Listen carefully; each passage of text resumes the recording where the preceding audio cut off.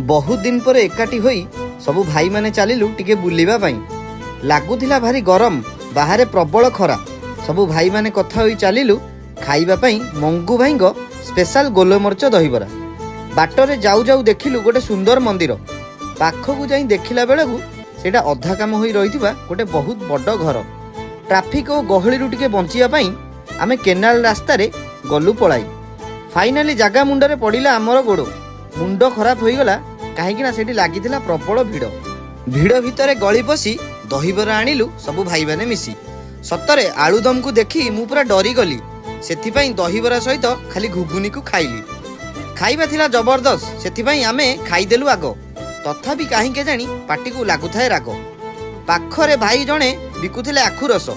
मंगू भाई कहिले किए पीब जल्दी आस। आखु रस पी भारी पाटी की शांति मिलिला। खूब सुंदर भावे प्रिपारेशन करिथिबारु भाई को हृदयरु धन्यवाद कुहाला।